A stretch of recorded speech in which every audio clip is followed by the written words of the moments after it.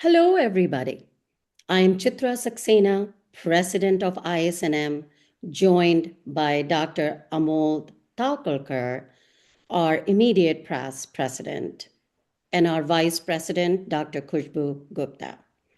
Welcome to our Chai with Scintillating Stars, a space where we sit down, share a cup of chai, and have meaningful conversations with the leaders who are shaping the future of nuclear medicine.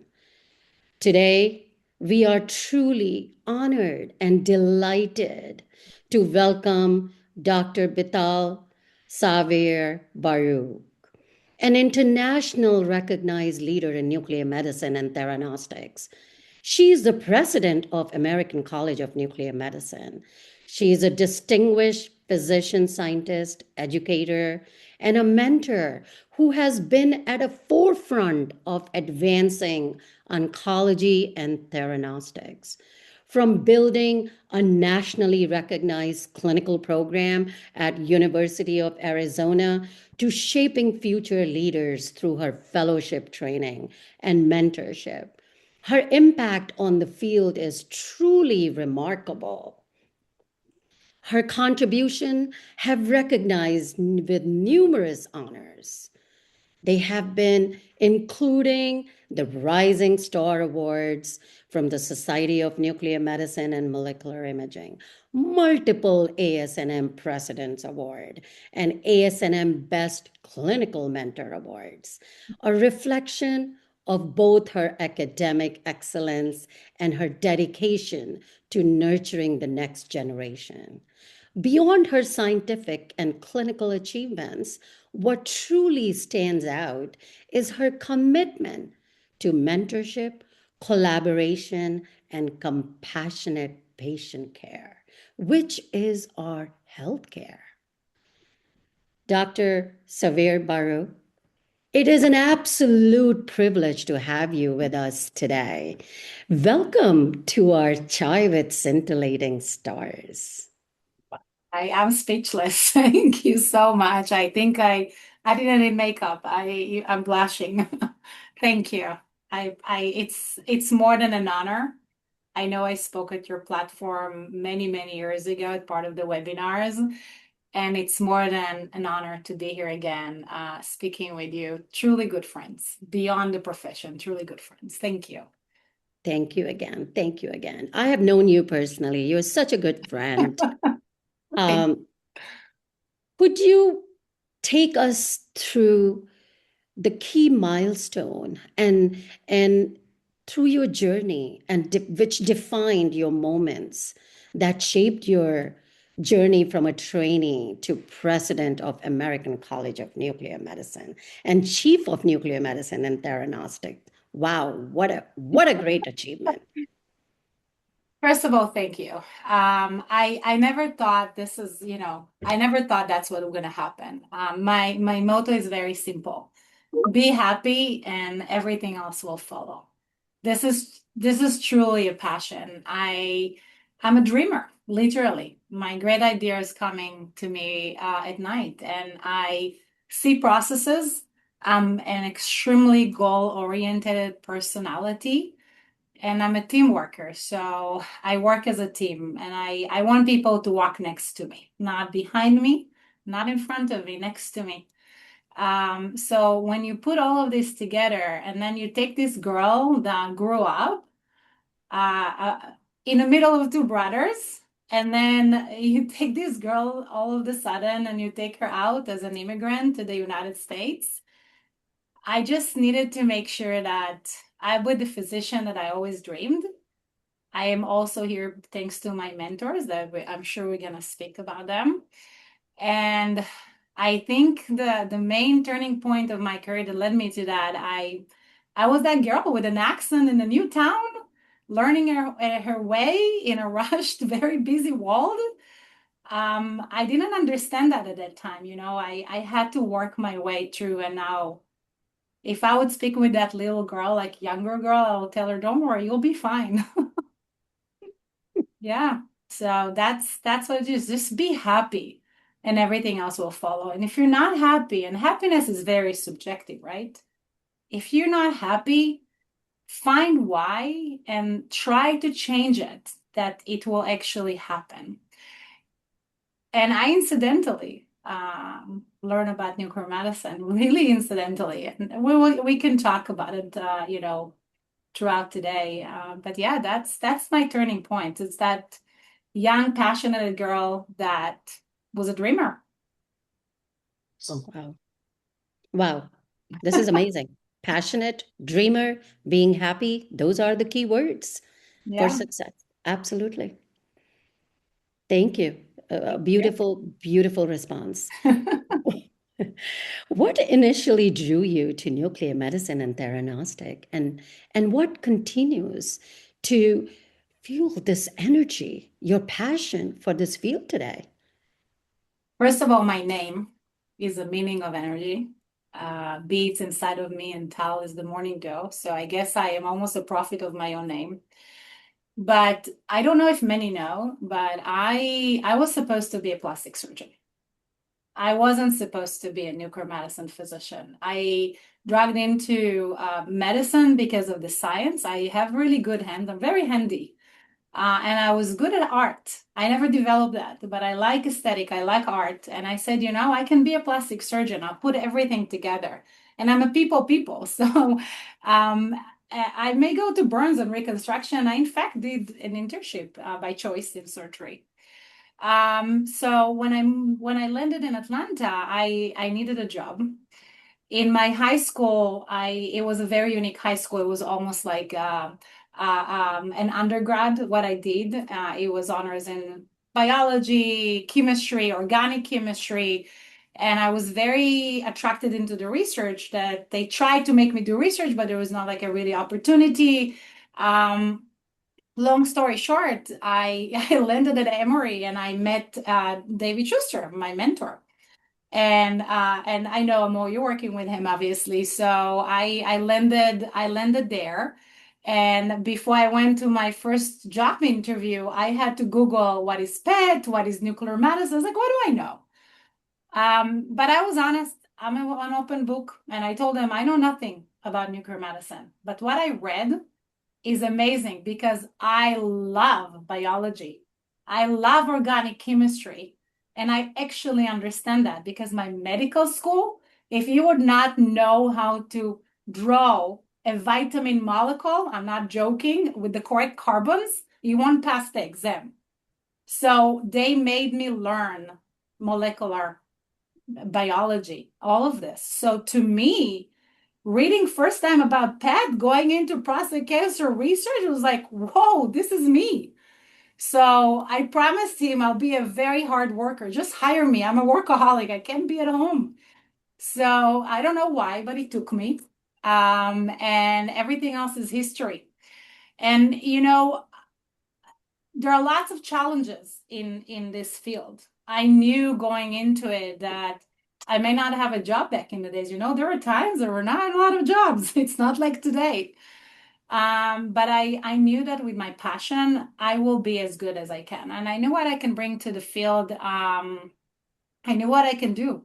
So that, and without going into too many details, because as I said, I love aesthetic. I did some other, like I credential myself with other things, and I just for fun. And I can tell you that I chose nuclear medicine again and again and again. I just, this is who I am. I am nuclear medicine. This is my DNA at this point.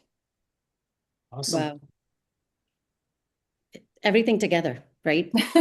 Being creative, compassionate, and the way you learn, and you just brought up organic chemistry. Oh my Yeah. God, that's Yeah. the toughest subject I felt when I was taking it. So, oh my Yeah. God, you must be really It was very, very tough. Absolutely. But passion, like it's so amazing. Like this is, if you understand and you learn organic chemistry, this is what's making our field what it is. Thanks to those people that took it to the next level to give us the tracers to work with.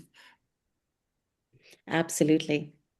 So you lead a highly successful theranostics program, obviously, for colleagues working in smaller or emerging centers, what were the key decisions or strategies that enabled you to scale and strengthen your program, which is So that's a very tough one. You know, until today, I'm helping some other sites to try to open it. One of the main things before you even start is to really, so I'll go back a little bit to try to answer your question. The healthcare have two parallel hierarchies. There is the operation and then there is the physician. And this is how the United States operate. Those two parallel hierarchies not always communicating to its best. We all know that it's engraved and we work really hard to make it happen. And that has nothing to do in specific hospital or not. In a large system, this is a fact. And one of the biggest challenge that I had when I started to look into this, having the director hat, is how do I speak in the operation language, coming as a physician that is also a researcher? Because when you go to operation and you tell them that prostate cancer therapy, which is what changed the entire economy and the concept of nuclear medicine, the lutetium PSMA, so that's why I'm talking about it a lot. And I tell them, hey, that will decrease mortality and will do good by patients, increase quality of life. Although they are extremely driven by that, it won't trigger their understanding how to do that they can actually open access to your patients while continue the access for other patients, because you're not the only one. So the main challenge is to be able to speak business. So I already always had it on my list. So as of this week, I mentioned that to you before I started recording, I am actually, I graduated my MBA. I'll get my certification in a week, my master in a week. And it was all part of it. The first thing that I had to learn, and that was self-learning, is to write an S-bar, to understand how to write a pro forma, and to make an S-bar presentations that I will speak with them to explain them how we can at least break even.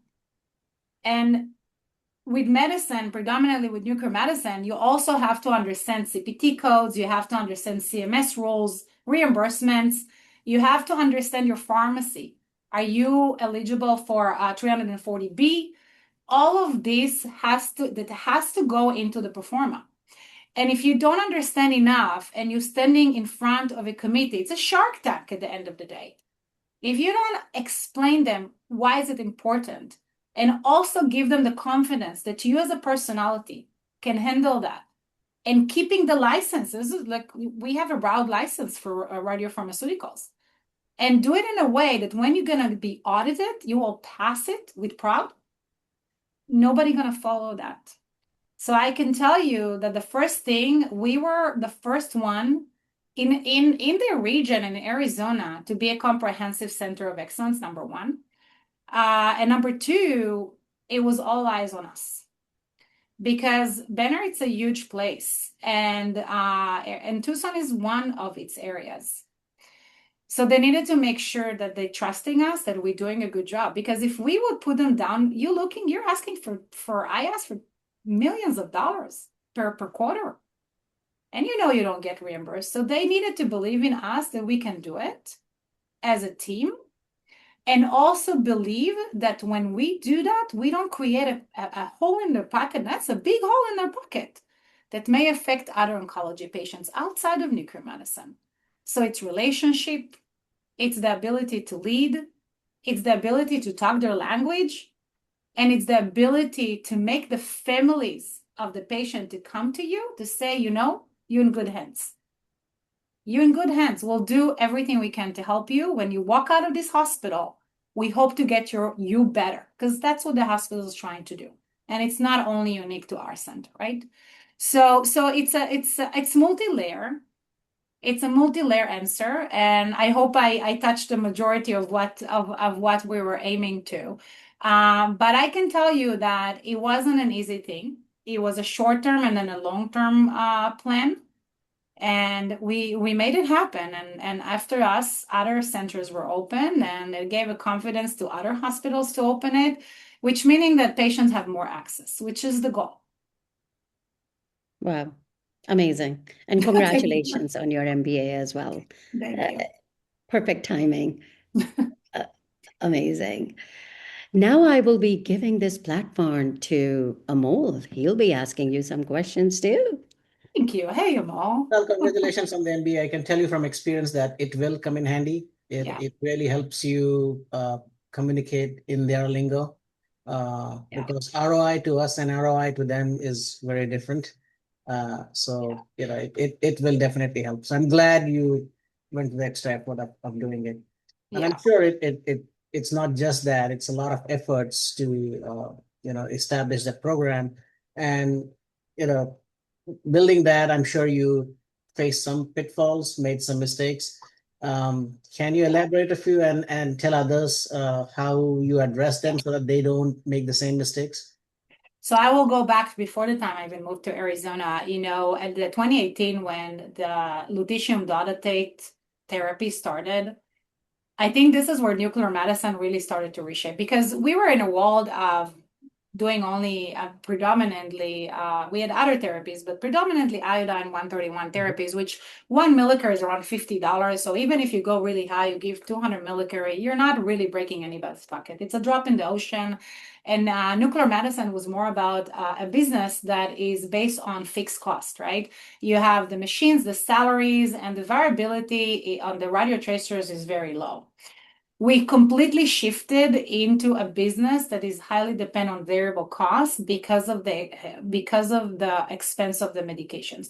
So just for the audience, we're talking about minimum, just the medication of around $50,000. So we're Per talking dose. about $50,000. Yeah. No, 50,000 per dose. So that's the scale. Right, per dose. So just the dose itself. And again, plus minus, don't catch me on the exact dollars. Plus minus around 50 can go into the 60 plus. We know that. So we're not going there. When we went into the Sofigo medication, which is the radium 223, we talked about 2025.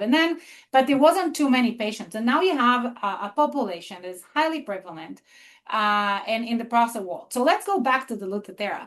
It was almost like, hey, yeah, let's just do it, right? And this is the biggest mistake that centers had.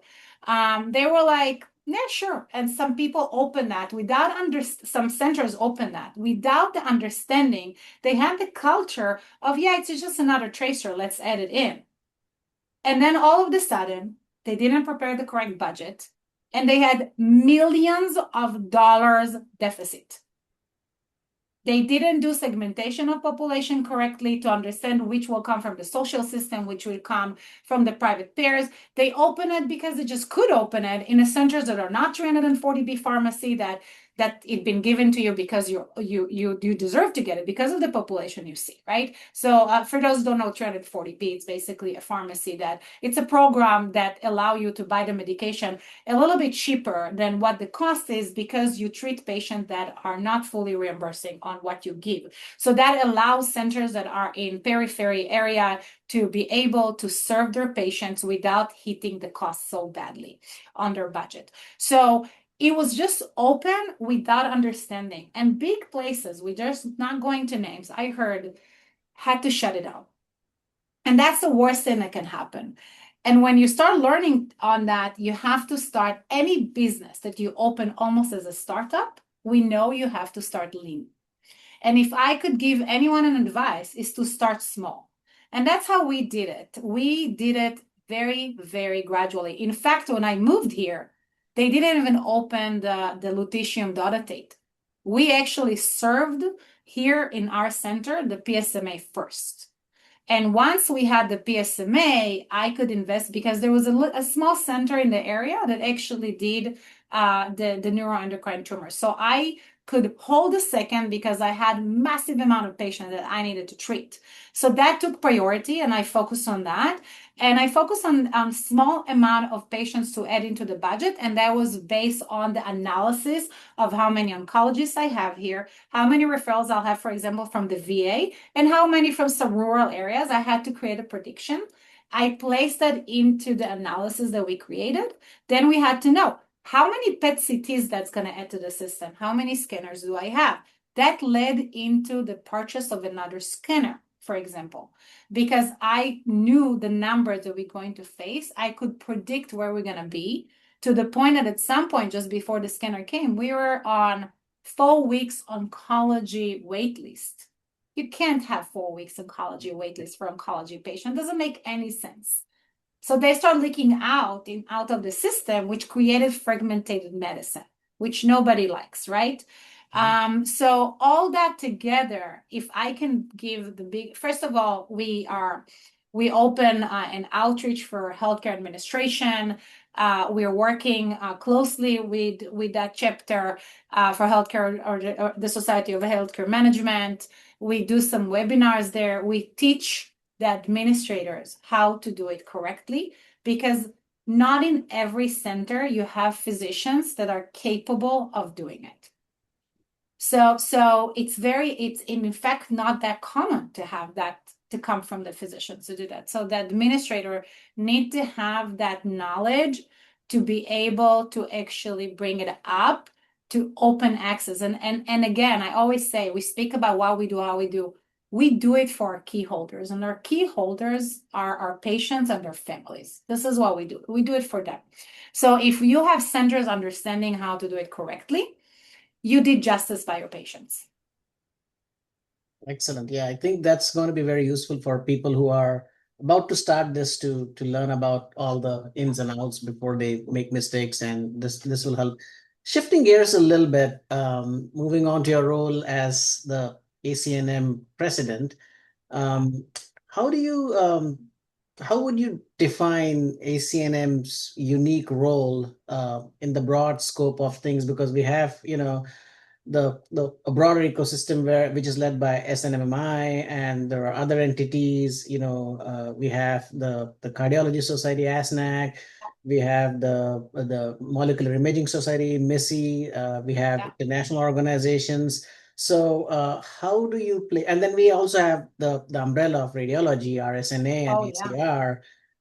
So in that broader context, how would you define ACNM's unique position and mission? And I think it's very important for people to know about ACNM. Yeah. So first of all, I love it. Look at how long that question was and how much seriously, it's a serious thing. There is so much opportunity, right? If you don't have those societies to help you, the colleges, for example, if you're not on the list, you're not exist. It's very simple, right? So ACNM traditionally is the College of Nuclear Medicine for physician. And it's very, very unique. And now we open that to any postdoc for scientists and researchers that are PhDs and their career is in nuclear medicine. And basically, and it's easy. You can go to the website, you can see the mission. We actually have it very defined. But going away from all the nitty details of it, nuclear medicine is basically the home for the physicians. And now we're actually finding how we can make it also a home for the PhDs in nuclear medicine. And what I mean by that, the Society of Nuclear Medicine is such an important organization, right? You have the Indian Society of Nuclear Medicine, which is a very important organization because it gives you identity to the field, right? So the study of nuclear medicine engulfs within itself everyone that doing nuclear medicine. You don't have to be a nuclear medicine physician as long as you do a nuclear medicine. You can be a technologist, you can be a mid-level, tons of other opportunities, which is super important. The college aim to do exactly eventually what the ACR is doing. It's regulation, education, practice parameters, and hopefully eventually credentials. It is a college, and under the definition of the college, this is what the college is doing. Now, again, getting into this point that the ACNM started by itself and then joined the SNMMI to be what it was, and actually support the SNMMI, because again, SNMMI is super important. It's not one against the other or one instead of the other. Those are two different things. We are really now bringing back the identity because we had a managing company and it was very hard to separate the two things. So people thought like the ACNM is almost a child of SNMMI. It's not. It is a college. It's almost you're looking at RSNA and ACR. ACR is very important for us as physicians. I pay my dues every year. For the last, since 2013, I don't know, a lot of money. Why? Because they're representing me. SNMMI slowly took that position, but again, with a lot of force from the physician. So right now, ACNM will work with SNMMI, of course, but we need to become a college, a true college. So at the end of the day, we have to understand that when you work in a hospital, if you're a medical director predominantly, everyone works in that's specifically to nuclear medicine because we're dealing with radioactive material. Everyone works on your extension of your license. The amount of liability that you have is so high to the point that you need an organization to make sure that your work is reimbursed, your work is done under standard parameters, and not that anybody that decided they can do nuclear medicine will do nuclear medicine just because they can. So we need to make sure that if someone chooses to do nuclear medicine, they do it the right way. We're not there yet. ACNM website currently has very minimum on it. You can't even log into it because we're still shifting it from its own prior site and domain into the current domain. So we are in transition. This is why I'm still the president for more than a year. Michael Knopp joined me. We have a lot of challenges. It's not easy. We're trying now to see how we get the CMEs.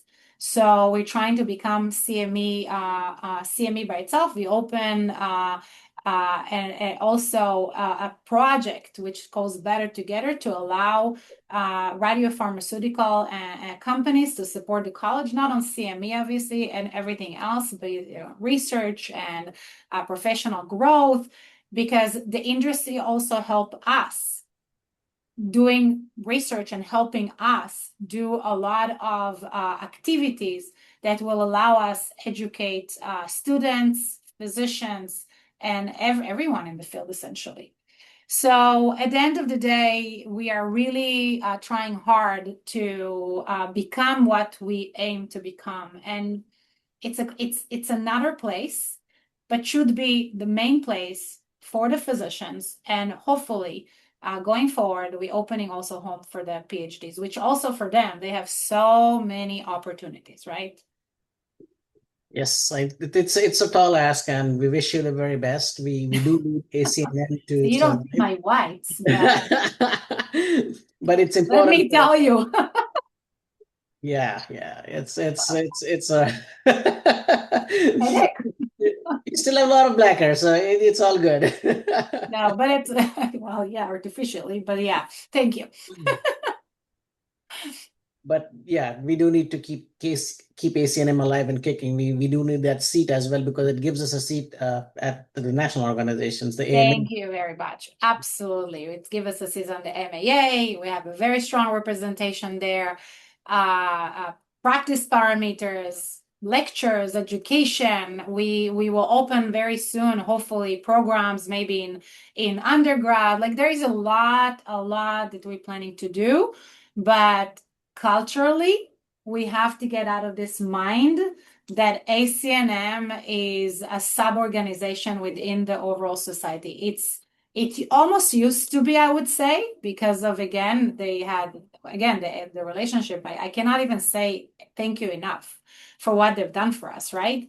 But it was time to basically separate and go separate ways. As friends, we're really good. They actually are supplying the CMEs for our annual meeting. So we have a lot of support from SNMMI. So again, we will continue to be very good friends. There is no competition there. It's I'm ACNM the same as the SNMMI, the amount of hours I invest there and continue to invest there. So the message is very clear. ACNM is a college, it's not a society, and those are two different things. Yeah. So looking ahead in the next 5 to 10 years, what do you think would be ACNM's top priorities strategically for physicians, clinical practice, the future generation, our trainees educational wise, and research, as well as all the advocacy and all that the college does? Everything you just said: regulation, governors, education, career growth from younger age. Nuclear medicine is growing in just huge steps. And unfortunately, we have a huge vacuum right now. It's a horrible vacuum. So I believe that I want to see it functioning again in a smaller set because we're not as big as radiology, but functioning in a similar setup of ACR. I want to see improved in CME, webinar work, practice parameters papers, accreditation, and have a very, very, very strong voice in regulatory. So if you want to pick top two, which would those be? I would say accreditation and education. Awesome. And that goes very parallel to what SNMMI is doing. So not a competition site. Those are excellent. Together, absolutely. That and Amo, it's the same people. It's the same people, yes. So, excellent. Any parting words for the young generation who's looking at, established people and trying to get in the field and establishing themselves? Any parting advice, guidance, any words of wisdom for them? So I would take those into two categories. Number one, if I see a trainee that already know what nuclear medicine is and they love it and they want to be successful, and you already need to be at your certain place in career to know what nuclear medicine is because we have some difficulties in nuclear medicine about marketing of it. Not taught in med school. What is it? It's not taught in med school at all. It's not taught. Yeah, we can, if we have time, we can talk about the main challenges of nuclear medicine. I would love to give you my perspective. But going back to this, I would just say to them, I'm a dreamer, as I said. I'm a visionary. So I would tell them that dreams are very subjective. They need to break down and find what are their professional dreams, make it as a goal-orientated, find themselves a mentor to help them find those goals. For example, I'm not just a mentor, I'm a sponsor. I will not just point out toward a door of opportunity. I will walk the talk with them and open the door for them so they can enter. And they need to find that people. I did not have sponsors in my career. I had mentors. And I apologize to most of them. I almost had one of the people who were almost like a sponsor, but I left. I won't go into those details, but I had mainly mentors, which I'm very grateful to, but I didn't have sponsors. And I learned from that because I'm a sponsor to the people I decided to be a mentor to. I am a sponsor. I'm a door opener. If I can, again, you need to have the merit. So not everybody I will decide to mentor. There will be a mentorship conversation before to see if we even match to that. But on the same token, if I see someone that I see them as a future leaders, I will take them under my wing, whether it will be direct or indirect. And I will make them where they are. And people that know me knows, I always say I shine enough. It's not, I don't need to shine. I shine enough. It's my time to make the younger people shine. And I have some people that are working with me and I'm hoping to see them as, it's going from undergrad right now to the associate professor level. I work to open doors and I want to see them shine in the way they want to shine, not the way I want them to shine. Awesome. And the other thing is that I need to tell them, and that's where they don't know about it. Nuclear medicine has two parts. We're very unique people. The imaging and the diagnostic versus the therapy. And one of the things is that knowing that you have to wear those two hats, it's very difficult because the ability to understand functional images and then the ability to apply that on how you treat patients and learning the oncology and the recommendation and the NCCN guidelines sets us different to other professions. So whoever come to us that really want to do nuclear medicine need to understand that they can maybe work remotely, but they also need to be at the hospital. The demand is a little bit different than it used to be. So I will make sure they understand that, and I will start from day one of their training and make them understand the fundamental of molecular imaging. Only then you can build upon that, the aspect of therapy. We don't only give infusions. We need to see if the target was hit correctly. Yeah. So it's so it's such a different field that it had become over the years. Can't agree more. We have to wear a different hat. We have to be a physician and not just an imager in modern nuclear medicine and molecular imaging theranostics field. So I think our coming generations will really appreciate that advice. Chitra, I'm handing it over to you for the rapid fire round. Uh-oh. There was no noises around. Yes, so we have to have a rapid fire because you are truly a rapid fire, right? So I just wanted to know, what is the secret sauce behind you balancing your professional life, home life, and the entertainment and the enjoyment and being always go green? Bital, one word. One word. Passion. I love it. One mentor, one book or experience that most shaped your leadership philosophy. Wow. I'm so bad with names. So bad with names. Can be a I can book tell or- you my favorite movie that I grew up on, Princess Bride, but not from not to be saved, to be persistent. Interesting. Perfect. Perfect. One quality you believe is essential for every successful leader just like you. Believe. Believe. Big word. Yeah. There goes our Ted Lasso. I did not make it. That's the serious. Yeah. Believe. wow. It's not Believe. staged. Absolutely.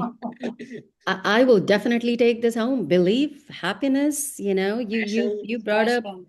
compassion, And empathy, dream. Just dream. dream. Yeah. Awesome. Yeah. Awesome. Amazing word. So this concludes our Chai with Scintillating Stars. We are all going to meet in LA, Very soon. SNMI coming up soon, and we'll all be dancing with the chai in our hand. Yes. Thank you so much for this opportunity. You both are incredible. I'm so fortunate to be called your friend, number one, and number two, to be here. This was a huge privilege for me. And if there is any young woman or young man out there that about to start medical school or residency anywhere in healthcare, you will be okay. You will be okay. Just work hard and be happy. Everything else will follow. Awesome. Thank you. Beautiful Right. ways to conclude. So, Yeah. thank you, Bital, and see you soon. And hopefully, one day we'll get you to India to give a talk as well. I would love to come. Thank you so much. It's good. No Thank problem. you. Thank Bye. you again. Bye. Bye-bye. Bye.